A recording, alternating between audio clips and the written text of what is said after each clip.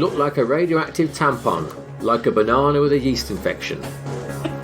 This is the science fiction rating system. That film was not very quotable. It was very hard to find a quote from that film. No. The film in question is Moon, and that's the film we're watching this week on the podcast that aims to rank every film from 1 to infinity. My name's Sam Draper, and I'm joined, as ever, by my two co-hosts, Alex Humphrey. Hey there. And Chris Redding. Hello. How is everyone doing? Yeah, Very good. good. Yeah, not Busy, bad. Tom. Busy. Oh, busy. Nice. Busy. Christmas is around the corner. Getting Christmassy already. Yeah. But not yet. This week we Watched Die Hard the other day. Oh, Nice. that's a good gateway Christmas film, isn't it? 'Cause it's Yeah. Christmassy, but not too Not Christmassy. too Christmassy. Yeah. Yeah. Yeah.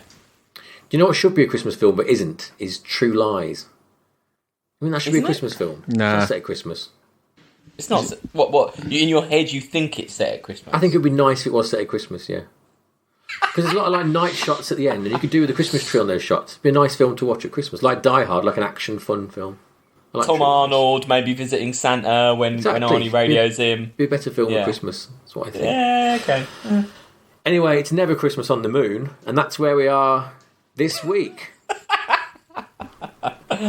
I guess it Yes, is Christmas on the moon, indeed. isn't it? I suppose it is Yeah, Christmas there. it's still Christmas on there. Well, this is because we are in accidental Duncan Jones season. Last week we watched... I forgot what it was. Source Code. Source Code, thank you. And this was his first film, I believe, we're watching now. Written by Nathan Parker from a story by Duncan Jones. And starring Sam Rockwell, almost entirely. Unfortunately, Kevin Spacey's involved, which I've forgotten. Did you I like hear Kevin about? Spacey. Did you hear about Kevin Spacey? How he agreed to do this? No. It's a bit of a He dick wanted... move. Not that Kevin Spacey read the script and agreed to voice Gertie, but only when the film was finished and if he liked it. Having loved it, he recorded his lines in half a day. The warning signs were there, weren't they? Yeah, that's with Spacey. So as a filmmaker, Chris, the idea that you've made an entire film and you don't know who the voice of the computer will be, in case that's just a bit of shitty pressure, isn't it? You know, like, I think that's a dick move from Kevin Spacey. I can kind of see. Yeah? You'd have been alright with It's way that? out of order, isn't it? I think it's really out of order. It's not... I don't know. Well, anyway, we can say what we like about him, can't we? we can. So, and there's a little... Benedict Wong's in this, isn't he? But where? I didn't... What role has he got? Him and Matt Berry are the two Is that who guys sat with Matt on Berry? the TV Right, okay. screen. Yeah, they're the couldn't really two see, executives, basically. I like Benedict Wong. Yeah. Yeah. What was that thing with dead bloke, Sean Locke? 15 Stories High. You ever seen that? Oh, no. A great sitcom with a young Benedict Wong in it. Yeah, very funny. Anyway, this film. So, it's the future. First of all, have we all seen The Moon before? Yes, a long time ago. I couldn't really remember it. It's a lot cheaper than I remembered it. $5 million it was made for, and you can tell, can't you, I think? And it's got that thing where, films this era had the credits are like in situ in the world. Yeah, they love that. It was cool for a bit, wasn't it? But it's really overplayed now, isn't it? Every film does it. It was like I read they saved a lot of money by using practical effects rather than CGI. Yeah, I say that though, but I think that shit costs as much, if not more, now. Like, Oh, okay. Well, so it says the filmmakers originally intended to create special effects on a computer with only a few model shots. After finding out they would cost $500,000, they went back to the model makers to find out how much it would cost to create the environments with models instead, and they basically told them it cost $47,000. There's a lot cheaper. There's a behind the scenes thing on the propgallery.com which shows you them making all the miniatures in Shepperton Studios, which is cool. But what's weird about this film, I thought, was that they've put some CGI post-processing over it, which I think makes the models look like crap CGI. I thought the little ship was like cheap CGI, so I was very surprised when I found out it was a model. Yeah. So they've done something after just to we'll clean it up, but it's they put like particles in the air and stuff, haven't they? It just makes it look kind of, and the lighting's very unrealistic. I thought it looked very Anyway, we'll get to that later. So, Moon, Sam Rockwell, he's on a space station, what's it called? Sarang Station, on the far side of the moon, where they mine helium-3, which, it's explained at the start of the film, has basically solved our energy crisis. The start of this film, in the current day and age, very depressing, wasn't it? Oh, hell yeah. Yeah. It's like, God. We're living in the bad bit of this film right now. We've not got to the fusion bit yet. But yes, they've fixed it with fusion, and there's this company who have a mine that mines this stuff that sends it back to Earth. 70% of the planet they supply the power for. Yeah. I think it's important that we remember that at the very end of the film. Oh, okay. Okay, right. Sam Rockwell is manning this station, and he is the only person who mans the station. So, I mean, to talk about this, you've got to ruin it, really. I mean, the film ruins itself. So, if you haven't seen the film, turn off. Sam Rockwell is a clone, right? Yeah. What would be the problem with having multiple clones doing the work? Like, could you be more efficient if you'd got more than one of them there, and more a fail-safe system if you had several clones in operation at once doing stuff? So they're all aware that they're... Oh, what, you're saying they're just all aware they're clones and they're all right with it, rather than this pretense that they're not clones? Wouldn't that be easier? Better. Yeah, way easier. Because I just don't get it. I just don't get it. Like, why is it only one clone on his own in such a weird circumstance? No, it would be easier if they we're clones, we're fine with it, and then they get or even like say one of them isn't fine with it, maybe, or but say they clone like 10 people. I guess the problem, you might have like inter-clone drama then, I suppose, wouldn't you, if you had more than one clone up there. I mean, basically, the conceit is they're saving money by having one clone doing this job, aren't they? There's probably a way that you could like raise it in wouldn't be very, I'm not saying it's a moral thing to do, but you could probably raise a human to be like a machine. Yeah. Which, that might be more moral than what does happen, as we'll find out. Yeah. Or you could just have two clones who are different clones of different people, who just, because at the end one would turn up and be like, "Oh, I'm here to take over," and then Sam Rockwell would go, and the new one would be there, and then when it was his end, Sam Rockwell would turn up. Oh no, he'd remember that. That wouldn't work. Anyway, Well, this clone doesn't know he's a clone at this point. He's at the end of his 3-year shift, and he is getting messages from his wife back home. He's got a little daughter. He's very much looking forward to going home, is the general vibe. And he's accompanied by Gertie, as you mentioned, voiced by Kevin Spacey. Do you like the design of Gertie, Chris? Is that a approved robot design? It's a bit like Wall-E, isn't it? In the one in Wall-E. I don't mind the design. I just don't like Kevin Spacey's voice. I just think he's doing a bad... I don't like that. I don't like the face thing on it. Yeah. I didn't mind that. Quite like how kind of basic it is. when it looks worried, it's just got this very... Yeah, I like the worried one, yeah. It's like a bad emoji generator, isn't it? I like how it can move between rooms. Sorry. Yes. Yeah, that's good. And the arm. Just his voice was really winding me out. It's just they were just doing a bad Hal impression. I know that this film's going for like a very 70s look, isn't it? But it felt to me a bit kind of, I don't know if it's the budget or like there's no original ideas there. It's a bit half-assed. Yes. I thought. This is my big problem with this film. I think the story and the performance by Sam Rockwell are all really good. And I don't mind some of the design, but I think its influences are so obvious. So it's very obviously influenced by Alien. It's very obviously influenced by Outland. 2001, Solaris. It's a bit film studies. Oh look, this looks a bit like Solaris. Oh look, I'm doing 2001 now. It's a bit sad. It's like a kind of first year film studies film where you think, by just copying it, I'm being clever. I just think he should have had his own ideas a bit more, and I think that's the thing that goes against this. And it is a good story. It's neatly done. It's a great performance, but you just get a bit like, I just wish it looked a bit more original, looked a bit more fresh, basically. Looks a lot like Red Dwarf as well, doesn't it? I thought it doesn't like a lot like Which Red was Dwarf. not that bad. BBC Two, no, not that bad, but it's not that much, And I think Gertie is the worst example of that. Like you say, the fact he's just doing a Hal impersonation, and like not having he's not a Hal, is he? No. he's like a dead end, really, that character. Well, then He's also like- the countdown to this rescue mission arriving is exactly the thing used in Outland. Yeah. The countdown to the shuttle. Yeah, which all is the displays basically- are really Outland, Yeah, which aren't is they? high Yeah. noon. You know, like so Yeah. you're kind of referencing a thing that was referencing another thing. It's just a bit like it's a pity because I don't think Source Code was like that. Like I think he's a good enough director. He's a competent director. Yeah. It's just a pity he had to like do these homages just so like blatantly On and the not nose. hide it. It's too on the nose. Yeah. Yeah.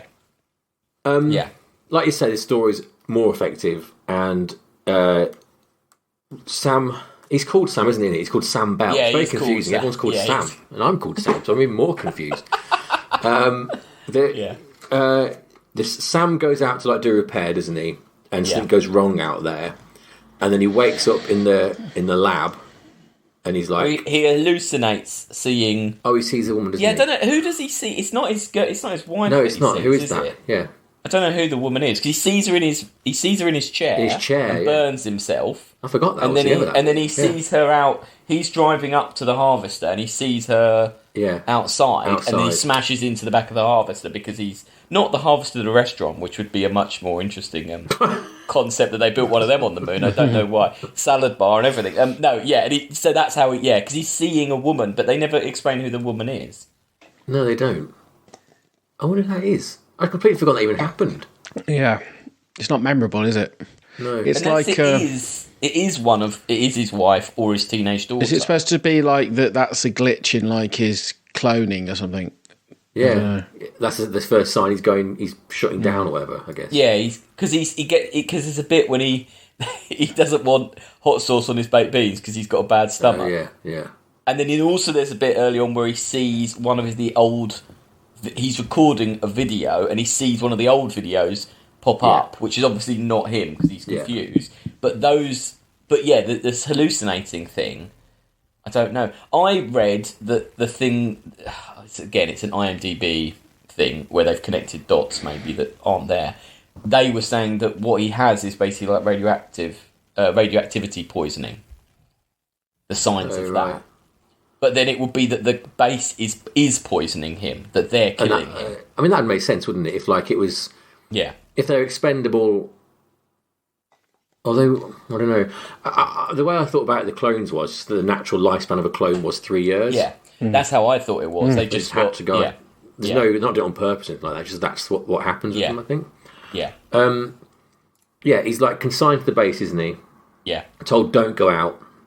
yeah. They're coming to fix the extractor thing. Don't worry about it. And he's like, no, man, I'll fix it since it's going up. And that's what kind of breaks the loop, isn't it? So, Yeah, Because you think that he's in the infirmary recovering from the accident you've just seen. yeah. But in fact, he's in the infirmary because all of them start life on this pretense that their landing went wrong and they crashed. They're And that is the unconscious. pretense to wake up the clone within the infirmary and test their cognitive ability, which is quite a clever little twist because you just think you're watching the same guy, but then it's definitely. not. This is the new clone and the old clone is still actually out there. Yeah. So it's quite well thought out. I didn't remember it being this well thought. In my head, I just remembered it. He was on the base and he kept seeing weird shit, and it wasn't ever really explained. That was how I remembered the whole film. But that is it. It's all.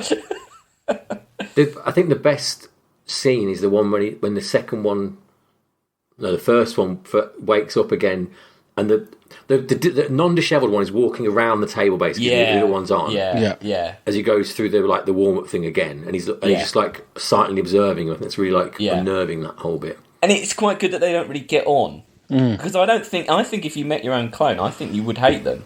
Well, I don't know. Do you not think they accept that they're clones too fast, and that there is another one of them? Like, I appreciate that they didn't go the angle of like, is he seeing a ghost for too long? That they got past that. I'm glad. I appreciate that they, because it's obvious he's either a robot or a clone, isn't it? As soon as you see them both. Yeah. So I like that they didn't dwell on that. I just thought the characters themselves were very quick to, play table tennis and hang out and accept the fact. Yeah, I guess. If you woke up on a base and you were there, would you immediately hang out with yourself or be more worried about your existence? I'd probably try and communicate with it. But would you just get all pally all along and start? I don't think I'd be so like willing to accept that's the way life is now. You know. Yeah.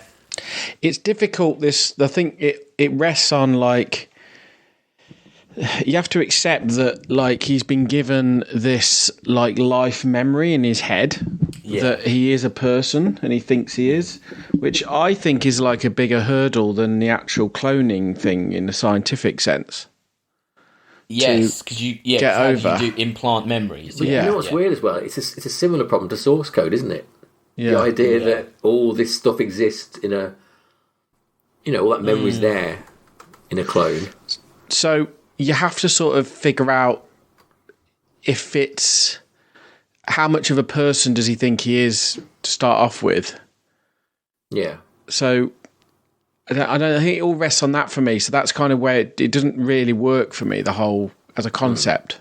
Yeah, it would have been a lot easier, wouldn't it, if they just, when you woke up from the crash, they were like, oh, you've got memory loss because you had a head trauma. And then you basically learned about your life through the communications and maybe a diary or like, oh, here's my belongings. And Gertie's like, oh, that's your hometown. Don't you remember? And like, it'd be better if he kind of made the memories up in his head. Well, you're right. He's just preloaded with all this. Yeah, but if you think, though, if they're trying to cut costs to the bare minimum, they want his 3 years to be maximised doing work, don't they? They don't have time to teach him what he is. But that's why do they even bother like giving him a life and people he has to communicate with and stuff like that? Like, it's dangerous. Because like you said, they could train to be a robot. I don't think there's anything less humane about giving him a life. I guess actually, the life he's going to go back to, if he did just die of radiation poisoning for 3 years, it's not, and never found out he was a clone, it's not as harsh to give him a fake past, is it? It's only harsh when the clone finds out he isn't the real version, isn't it? That's when it becomes harsh. It's like Truman Show. Yeah. But if you're out of order while he doesn't know it's going on, is that what you're saying? If the argument is that he just can't operate, he can't operate without like that social element. Yeah. Because he's like a social ape. Yeah. That's fine, but I just at the end, is it established whether they're real or not? The people that he's talking to. He sends a message, doesn't he? Like, yeah, they're just aged, haven't they? Yeah. I think they are real. So why did they even bother with real people? Is what I'm saying. Like, why? Yeah, I get why risk that kind of thing. Yeah. What's the point?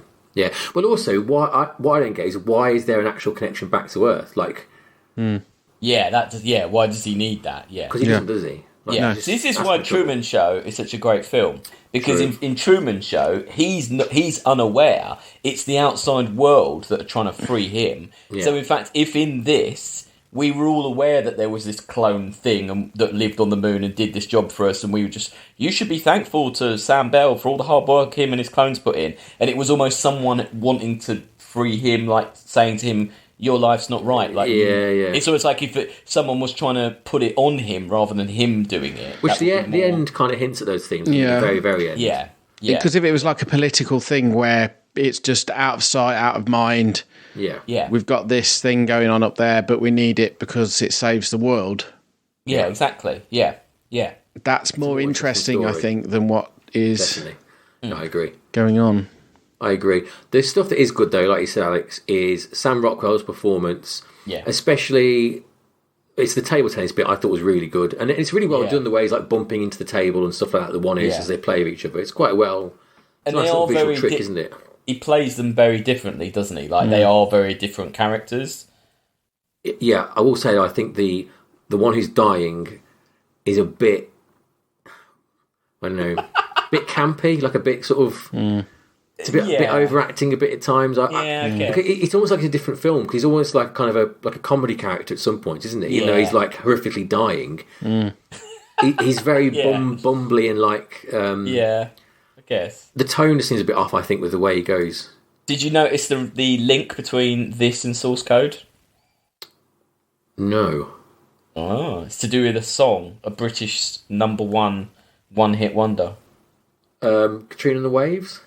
No.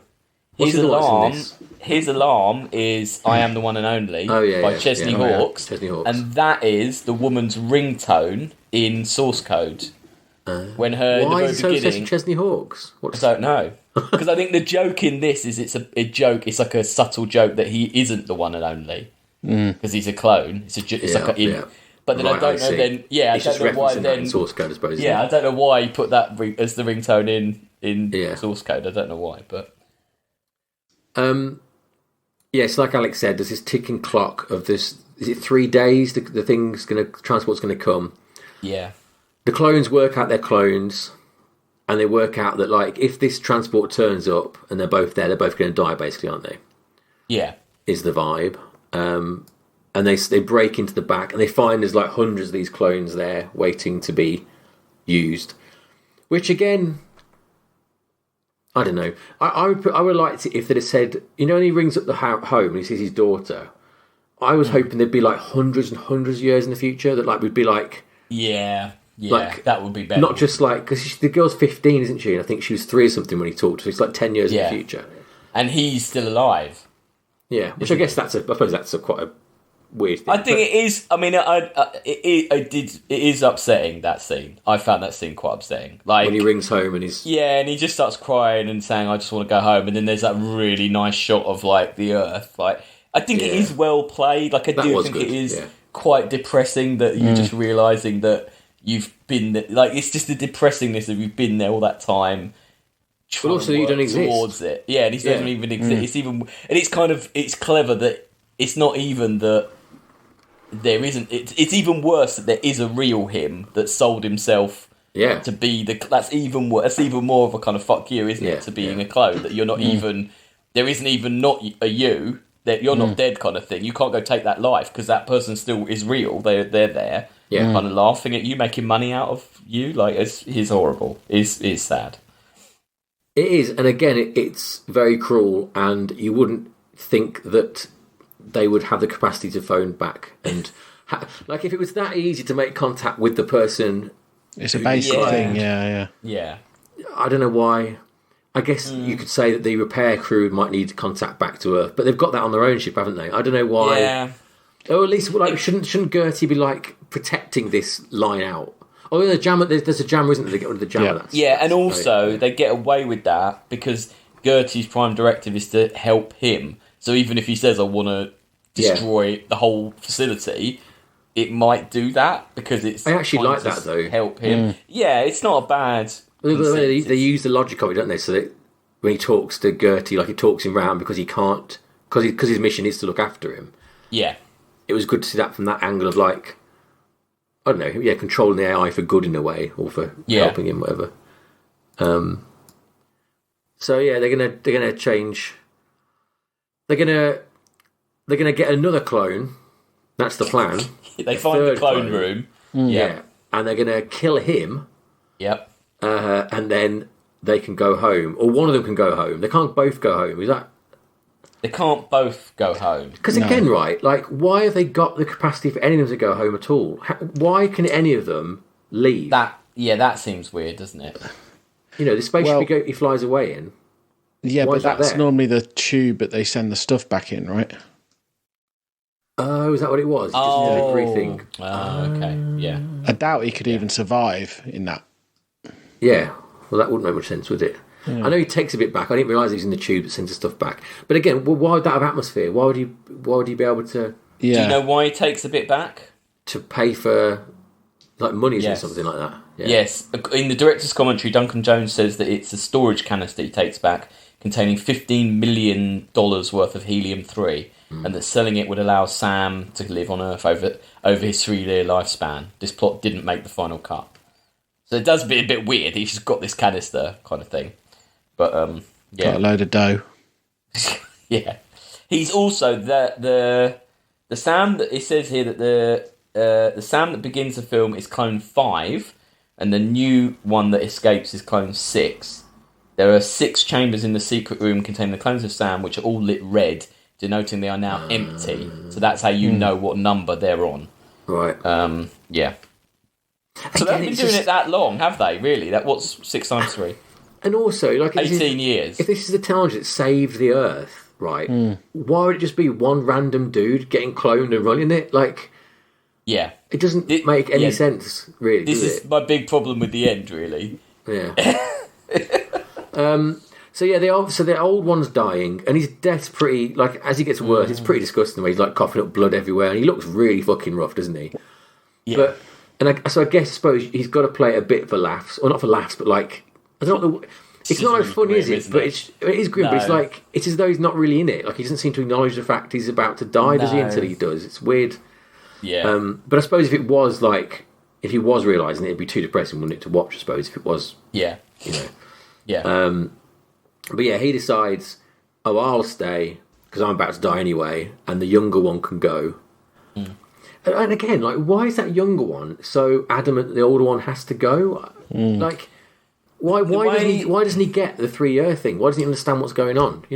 My reading of this, was that. So do you remember in the videos from his wife, she's all like, "Oh, I think we needed this time apart, and like it's been good for us and all that." And then the old Sam says to Gertie, "Oh yeah, that younger version of me, like I can see what my wife was saying. Like he's so angry and aggressive and all that, right?" Yeah. And then Gertie's like, "Oh, you're not like that. You've changed." And he says that story about, "Oh, we split up because I was, and we didn't nearly get married." Da da da da da. So I think that kind of, as a character arc, the new Sam is with the new Sam trying to help the old Sam and send him back, and like that shows that the new Sam isn't this angry person. That he is a better person. He's literally, he's like faced himself literally. And he's kind of made peace with himself, literally.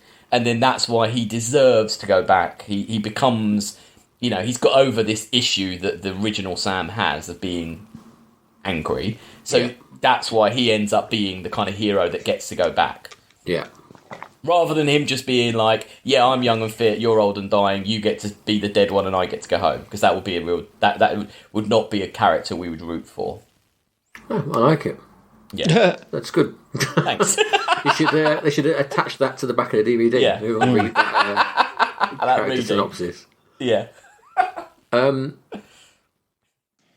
Yeah. So he's dead. Well, he's going to die. He takes him out to site, doesn't he, to drop him off to kill him, or put him into the wreckage. When the people come down, they'll see the wreckage and he'll be dead or whatever.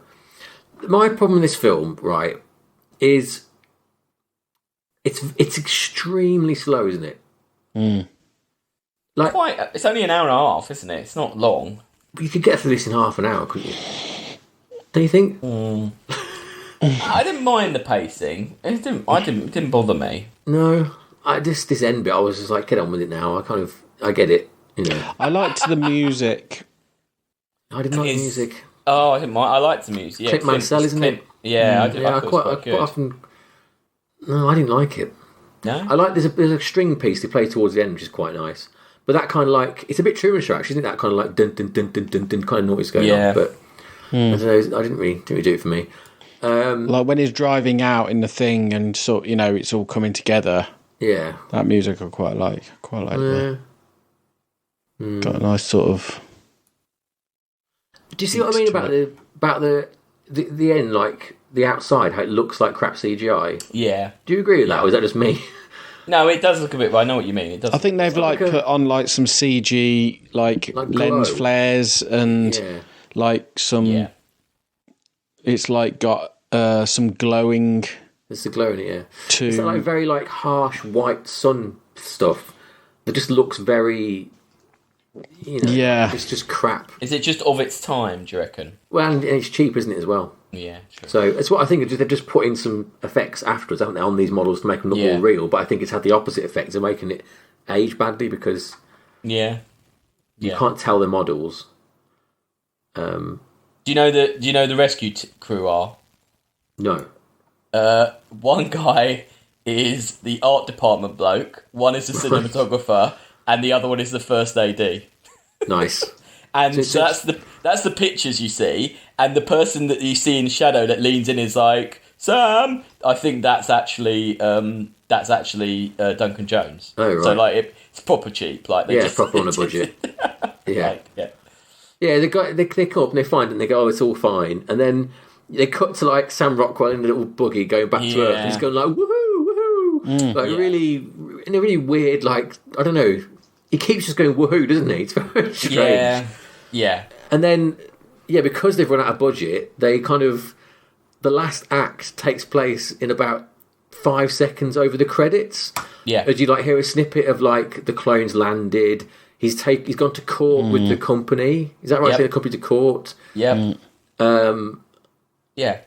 And there's some bloke like shouting like going, "Oh, I don't think they've got rights," or whatever, isn't the right at the end? The guy goes like, "Oh, isn't." And as I said at the beginning, this company supplies 70% of the Earth's energy. So do we really, would we really fuck that up? Like, would we really just be like, yeah, fuck those guys. Yeah, let's 70% of the Earth just lose its energy. I don't think that annoyed me as an ending because it felt too, neat. I think he should have just shot off in the ship and you shouldn't have known what was going to happen to him. Oh, yeah, definitely. Well, I mean, even, if 75% of the world is reliant on one company for energy, then that company is basically beyond reproach in the first place. You wouldn't be able to sue them because you'd be so dependent on them. No. Yeah. There would be no mechanism to challenge them in any way because they literally own the Earth, don't they, at that point? And also, needs of the many outweigh the needs of the clone. I mean, literally, would we... Well, yeah, totally. I mean, it's bad. It's not great, is it? But, I think the people it's helping is better than that one poor clone. That's true. But it would never even get to the public forum, would it? It would not be... The mechanism would not exist for you to be able to challenge them in any aspect. They'd just take him out. Yeah. As soon as he landed, they'd just take him out. Yeah. And someone might get fired because they'll be like, this is your best plan. To have one dude go around again with a phone to get back home. So someone got fired. That's the end of this film. So someone walk into an office and going, Gary, get your stuff. It didn't work out. We have a new plan for that. Bring in Chris with his idea about them being a bit more mindless, trained as robots. Trained as robots. Yeah, that's going to be it. That's the future of this company. Do you think is the story enough for you in this? Not really. No. I do like the story. But, I don't like how... I like the story and I like Sam Rockwell, but I don't like how... I don't know how it looks so much like other things. That does annoy me. Do you not think it's a bit thin? Well, it is thin, as we discussed, isn't it? It's a bit like... Yeah, it is a bit It's like thin. you've got an idea, there's a clone who meets his clone... Yeah, it's like source code, isn't it? That's until when you really start deconstructing his films, they really fall apart. While you're watching them, it's entertaining, and you're like, oh yeah, this is all right. I'm enjoying this. But when you really, they don't really hold up to criticism or analysis. I think this one was worse on a surface level for me. It looked nicer than source code, but I don't know. I just think there's nothing really. It's like a magic trick. It's like, let me show you a man talking to himself. Ta-da! And there's not really much beyond that, but I don't know. We've kind of rushed through it, but again, that's because there's not really much there. No. It's not... And for me, it does rely on that whole thing of, why are they even doing it like this? It's just stupid. Yeah. It's like... Yeah. Doesn't make any sense. And there's too many of those moments, aren't there, where you question it. Yeah. Because so much of it doesn't make sense, If it was one thing, it wouldn't be much of a problem. Because so much of it doesn't seem to make a lot of sense. Yeah. And also because it is so painfully slow, you've got a lot of time to think about what's not working, Have any of you or either of you seen Mute, which is the... No. Did you seen it, Chris? No. We discussed it, didn't we, at the end of the last show, didn't we? It's the Netflix one, didn't he? I've seen Warcraft. That's not science fiction, though, is it? But that's... That's an absolute train wreck. But I don't think that's his fault, though. No, probably. It was taken off him. He doesn't do anything now, does he? Has he done anything since Mute? What's he up to? That wasn't that long ago, was it? I can't tell. It's like pre-COVID. It could be 30 years ago, couldn't it? When was Mute? 2018. So I guess that's fair enough, isn't it, really? Yeah. So Moon. What do we all think? Chris, what do you think about Moon? It's all right. It's an interesting because it's like a little cheap British film, and I guess it kind of... What year was this? 2009. 9. Mm-hmm. Yeah. So I think this kind of came early in that sort of everyone regurgitating the 70s and 80s. Yeah. And it, I mean, it's just, as you say, like some of the set is just, some of the things are just a pure rip-off of Alien. Yeah. And, which is fine as a technical exercise, but it's like, what? Why? Yeah. Like, Yeah. Do you think, though, that to that point, that it's actually quietly quite influential? Because you think of films like Life and Passengers and things like that. That revival, I think it is. Right, this kicked it off, didn't it, that revival? yeah, That kind of thing. I think it is influential in that sense, because I think maybe it was seen as like, oh, you can do a sci-fi movie, and even if it's cheap, it doesn't have to be janky. Yeah. No. Yeah, that's true. Yeah, that's true. Yeah. But that doesn't excuse it. It's being not a good film. But yeah, I mean, it would have been so. I mean, if it just had a really clever story on top of it, that would make it brilliant. Yeah. That's it, isn't it, really? It just needs more going on. Yeah, it had to be one way or the other. It needed to have either a really good story but look like other things, or have an okay story but not look like anything else. If all the designs were like Sunshine, that I think that film sucks, but the design in that is amazing and it looks very different to everything else. Yeah. So you do go, oh, but this does look good, and they've come up with original spacesuits and an original ship and original ideas. So at least, we needed to go one way or the other, didn't he? And he just didn't, sadly. Alex, is that your general wrap-up? Yeah, like I said, I think Sam Rockwell's really great. I don't mind the story. I quite like it. But yeah, it jarred me how obvious the influences were. I don't like being able to see them so clearly. And I don't think... I know we are experts, obviously, but I don't think you need to have seen many sci-fi films to be oh, that looks just like you could get it quite quickly. And I don't think it's cute or like... I just think it's a bit sad that he couldn't come up with his own ideas. It's just lazy, isn't it? It's a waste. Or it's, you've got no money and you need to think fast, I suppose. But yeah, I don't buy that, though, because, Chris, you've proved it with your stuff. Like, you can do stuff, you can have your own ideas, can't you, with, not much budget. Like, if you put something into it. But I'd say this is influential in the sense of, maybe it showed a lot of people that it could be done. Yeah, yes. Yeah, I agree with that. Yeah. So, yeah, I do think it has an importance in that sense. Well, yeah, I was very disappointed. I think it's... I could say it quite a lot about these sorts of films where it's like it could be a play, couldn't it, really? And if it was a play, it would be no good because there's not much character development, not much going on with anything, really. So, and there's not... On top of the play bit of it, like we said, the CG's crap, the design's pretty boring. Sam Rockwell is good. And I do like the bits when they're both together, but I don't know. Disappointed, to be honest. Disappointed. So where's it go on the list? Well, is it better than Source Code? Yeah. Well, yeah. No, I think Source Code keeps you hanging on a bit longer than this does. I mean, it's very obvious where this is going quite early on. I mean, they've both got big problems, haven't they? But also bits that work. Where is Source Code? Sorry, in there. 126. I mean, I think the wider critical consensus is this is a much better film than Source Code, isn't it? I think. Oh yeah, people it's quite revered, isn't it? This is. Yeah. But, yeah. But I don't agree with that. I don't agree with that at all. I mean, it could sit around Source Code. I've not got a problem with that. There's stuff around there. Chris, do you think it's better than Source Code? No. No. Don't think I do either. No.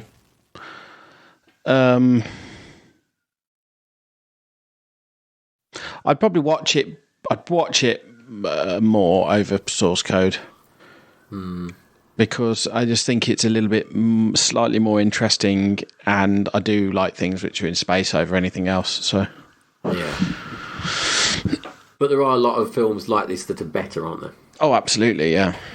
Which, I mean, I guess Source Code as well, there are, aren't there? Source Code, though, I think Source Code aimed lower in a sense, didn't it? Like, it's more just a straight action film, and it hit those things more. This is trying to be a cerebral... It's not... Things. It's not like...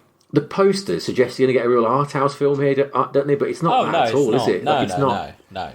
But that's the vibe they give off, isn't it? Yeah. I don't think they knew how to sell it, did they? No. Because Sam Rockwell's not a big enough star. They couldn't sell it on him. Yeah. And so they had to try and find something, didn't they? And that was. I suppose you're right. The weird thing is that my memory of it is being more art house than this. I remember it being more of a arty film. That's weird. When they show the big vistas and things, I mean, it is. I do think nice. It is good, and I do like the big machines and the big. I do like all that. So what do we think? I think below source code, but not too much below it. Maybe. No, I don't mind directly below it. That's fine. Should we do that? Yeah, I can do that. Yeah. Cool. Moon. 127. 2009's Moon. Right, there we go. Not going to stay in the list too long because it's a controversial area, isn't it? Lots going on there. Lots of complaints. Although we stayed away from the middle section there, so we're not too much trouble.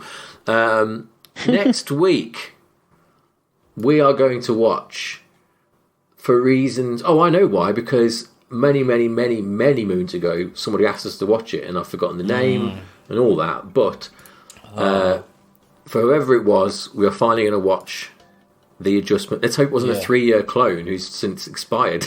We're going to finally watch The Adjustment Bureau with Matt Damon and Emily Blunt. Getting our hats on and watching The Adjustment Bureau. I mean... What was that? There's you said something of the week on this, Chris. I had listened to the podcast. You were thinking about a film watching. You went, you got exasperated. And you're like, well, to be honest, it's not half as bad as half the shit I've watched on this fucking podcast. And I heard that, and I was just about to go and watch Adjustment Bureau, and I thought, well, we're back to one of these sorts of films that you would, the shit you have to watch on this fucking podcast. Yeah. So for fans that like the shit we have to watch, next week is The Adjustment Bureau. If you're into hats, you'll love it. Yeah, if you love hats, come back next week. There's no correspondence. Not even that thing. What was that thing you sent? That's just behind the scenes stuff. Okay. I mean, we can't discuss that because it's a controversial area, isn't it? No, that's true. It could be the end of the whole podcast if we're not careful. Yeah, big things coming. Big things ahead. Watch this space, 2023. If you don't take risks. Don't take risks. Oh, we've got to take risks. We have, yeah. Oh, yeah, loads of risks. 2 sacks full. Get in touch on Sci-Fi Rating. Don't. In my advice is to email sciencefictionratingsystem@gmail.com because I don't think anyone's checking the Twitter or the Instagram or anything on it anymore. So no, I haven't. I checked the Twitter today. Oh, you did? Cool. Yeah. Anything there? No. Have we got a blue tick yet? We've got to pay for that. We've got $8 for the blue tick, haven't we? So blue tick coming soon. Sciencefictionratingsystem@gmail.com or sciencefictionratingsystem.com. Get in touch. Tell us what you want us to watch. Let us know what you think of the list. And we'll see you next week. Cheers. See ya. Bye.